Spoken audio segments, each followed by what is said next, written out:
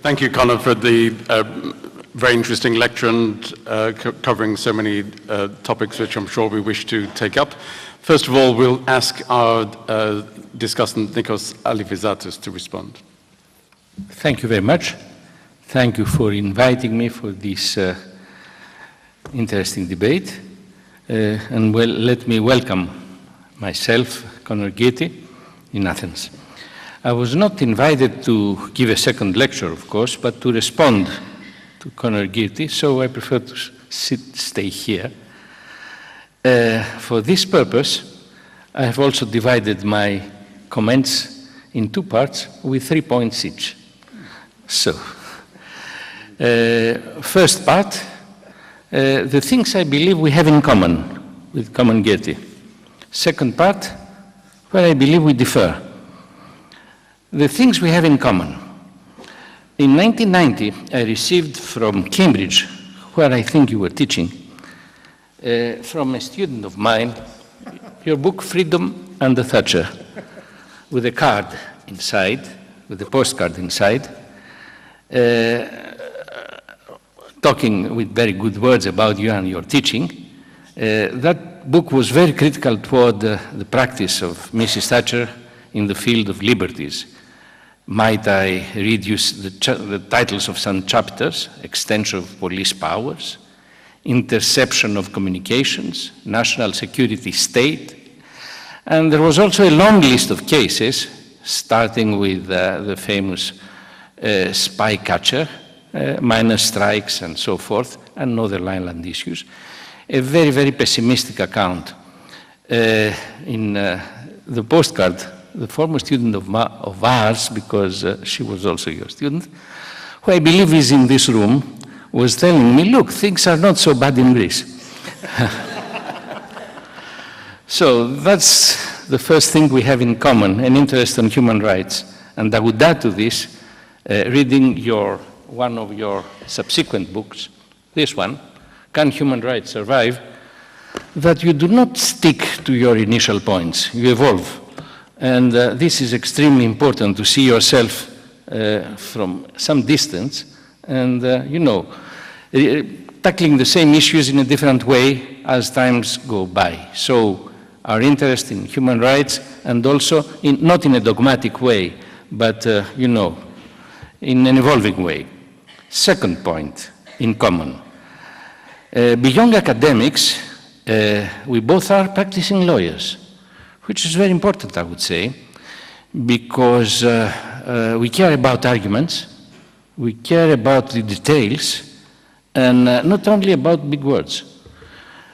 So perhaps the difference between a common friend we just met outside and who is also present here is this specific point. He sees, and I'm talking, he's here, of course, he may take the floor. In my opinion, he sees the law more in a more theoretical way than ourselves. We believe in the utility of law. We believe that law may improve people's life, not in a very far-reaching future, but as of today. And this is another thing in common. Not all academics have this perception of law. And the third, and more perhaps you would allow me, we don't know each other very well, but through your books I think I have started understanding you. We are very critical toward today's realities. We believe that things should change morally, and we believe that this should be done not through the church, but through politics. And we have also a kind of same, I would say, distantiated way with politics, not very directly involved. You haven't been elected, if I'm not wrong, contrary to our common friend who is now an MP. I've never been elected myself, and we believe that this is okay. We are doing some job as well, not being directly involved in politics.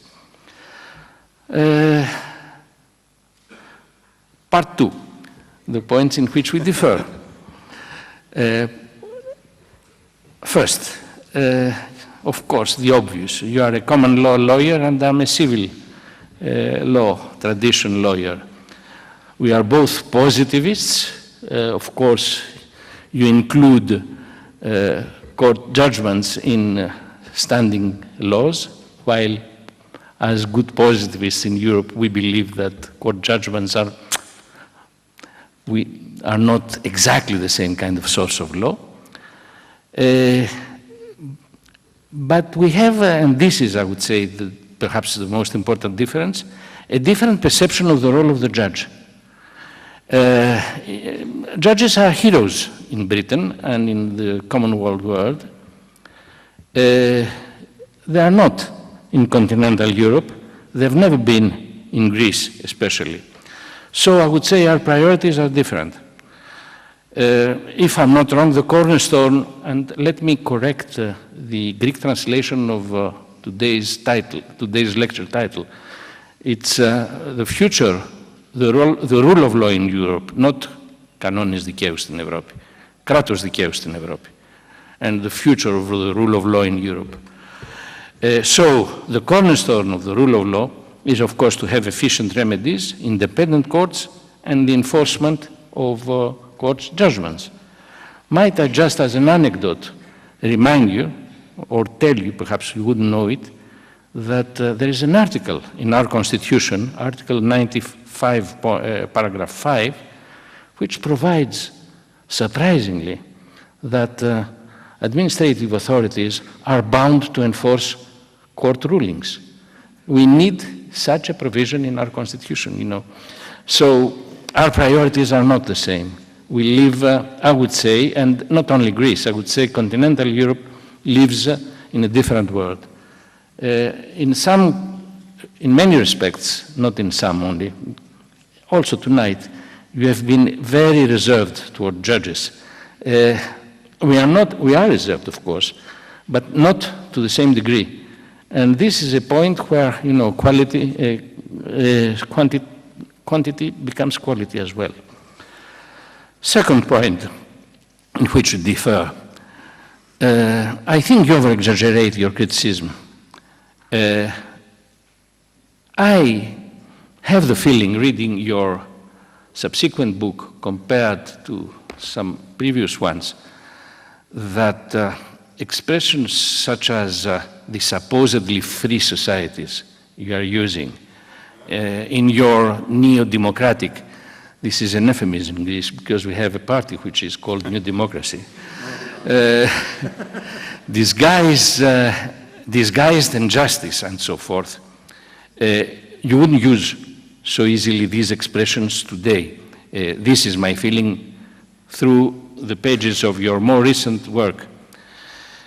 Although I believe that, and at the same time I believe that you have a tendency to underestimate some major achievements.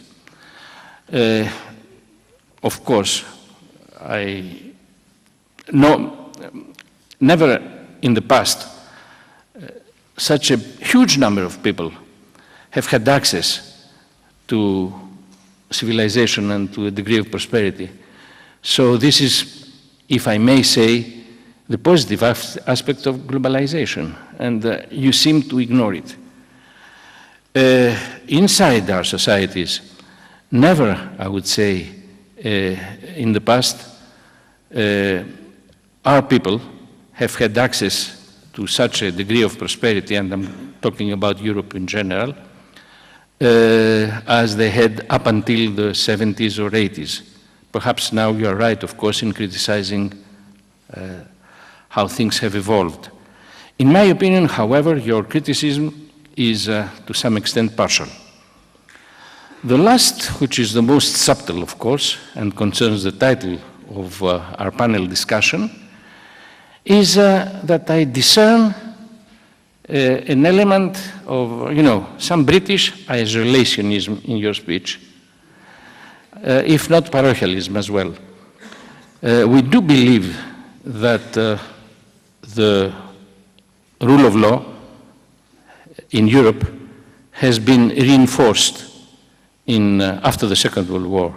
There is a crisis in the last years due to the various challenges, you may finish, but I cannot believe, I cannot share, you're not among them. I just read John Finish's article on the Court of Strasbourg. I'm sure you do not share his approach. However, there is a British reserve towards Strasbourg, and not only by Mr. Cameron, but also by our British colleagues. Taking that into consideration and seeing Europe as, I would believe,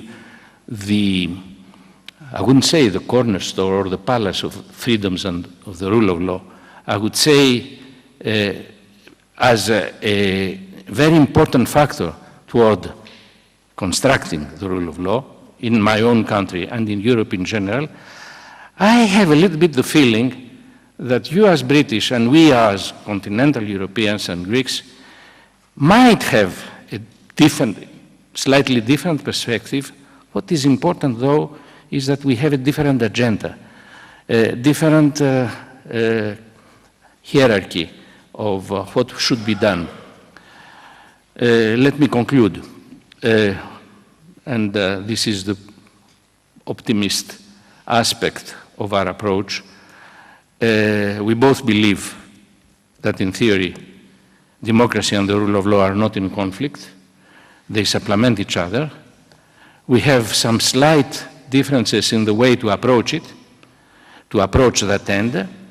And if I may add a word to your priorities as you analyze them at the conclusion of your own speech, I would say the need, I would insist on the need of a theory.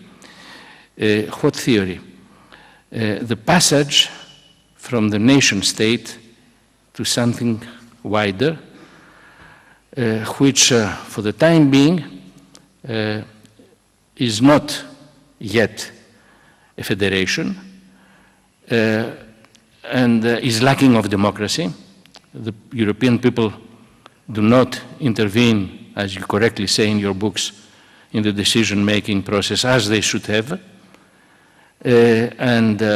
Therefore, my feeling is that, and I believe that it is a common endeavor for all of us, to try to build a new theory for constitutional law theory for the passage from the nation state to a wider entity which would not ignore the values on which the nation state was built. Thank you very much.